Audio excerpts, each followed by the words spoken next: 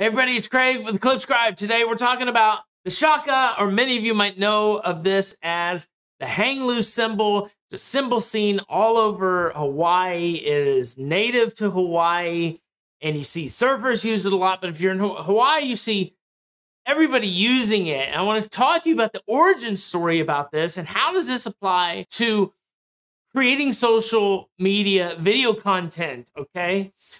The shaka is a hand cymbal that looks like this. You see the emoji here. You probably might have used that emoji on your phone.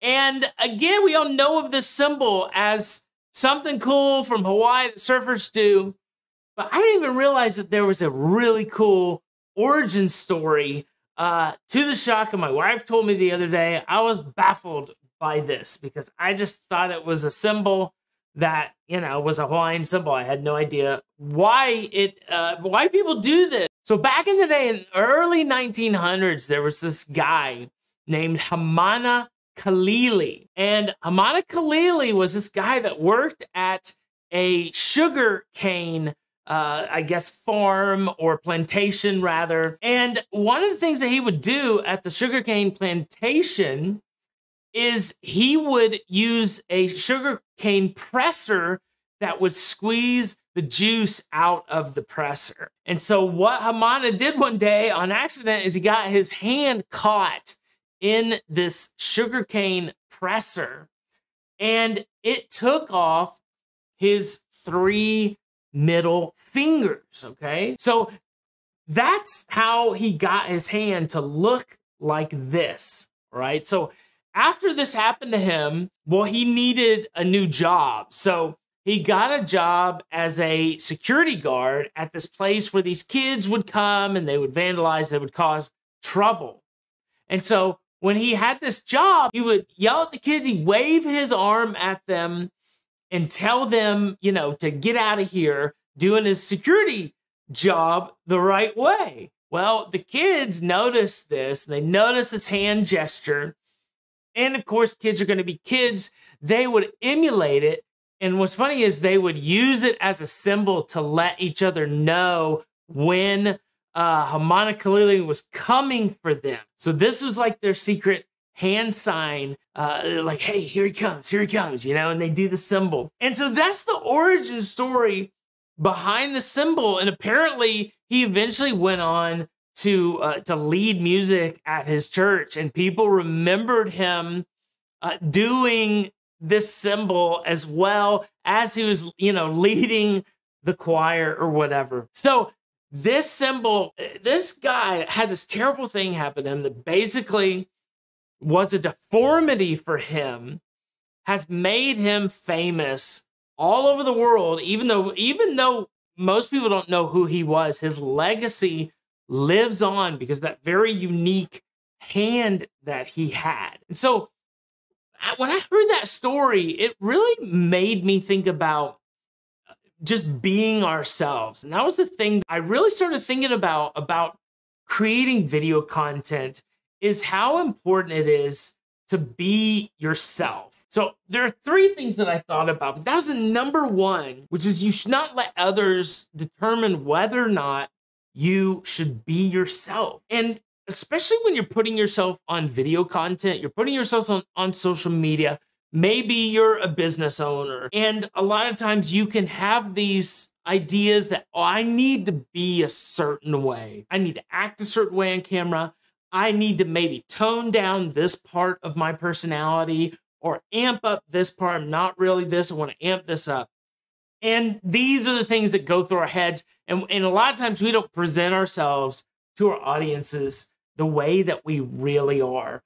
But it was this guy just being himself that allowed his legacy to continue. Just imagine if he hid his hand when he was yelling at those kids, or he was afraid he didn't use that hand when he led at his church. There would be no impact. Nobody would be doing this anymore. The reason it was called a shaka was a car salesman in Hawaii around the 70s would do it at the end of his car commercials. And he'd go, shaka, brah. And so that's where the name shaka came from. Look at that, I'm doing double. I don't even realize I'm doing double shakas here. That's where the shaka name came from. So eventually TV spreads it out, you know, everywhere else. And that's a legacy this guy had because he wasn't afraid to just go with it and be himself. And I think, you know, the people that have the most influence online many times are the people that are just themselves. And they have influence sometimes because people don't like them.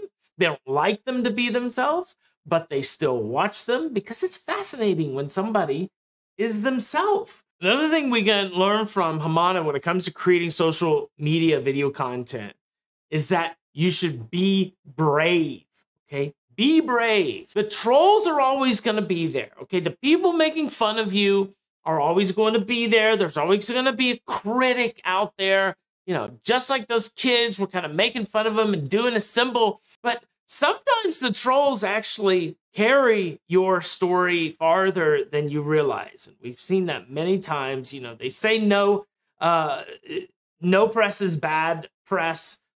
There obviously is truth to that.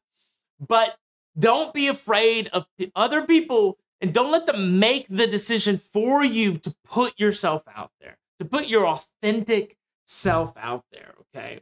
And the last thing we can learn from Hamana is to be patient. This was not an overnight success story, right? And some would argue that it's not even really a success story for him because he never really got to see his fame, but it did happen eventually. And creating social media video content is not a sprint. It's definitely a marathon. And I say to people all the time, just be consistent. That's the most important thing, is just be consistent. It's hard to do. I know it's hard to do. It's hard for me to do. But if you can be consistent over time, your audience will begin to find you and your influence will begin to multiply. And there are people that are going to connect with you.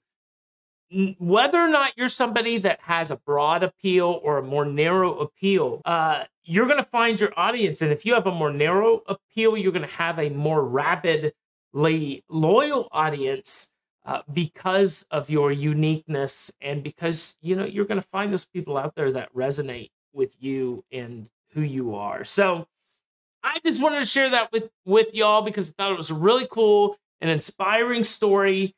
And encourage you to go out there, be yourself, be authentic, do something every time you make a video that might make you feel a little bit comfortable, but you know it's who you truly are, and make an impact, okay?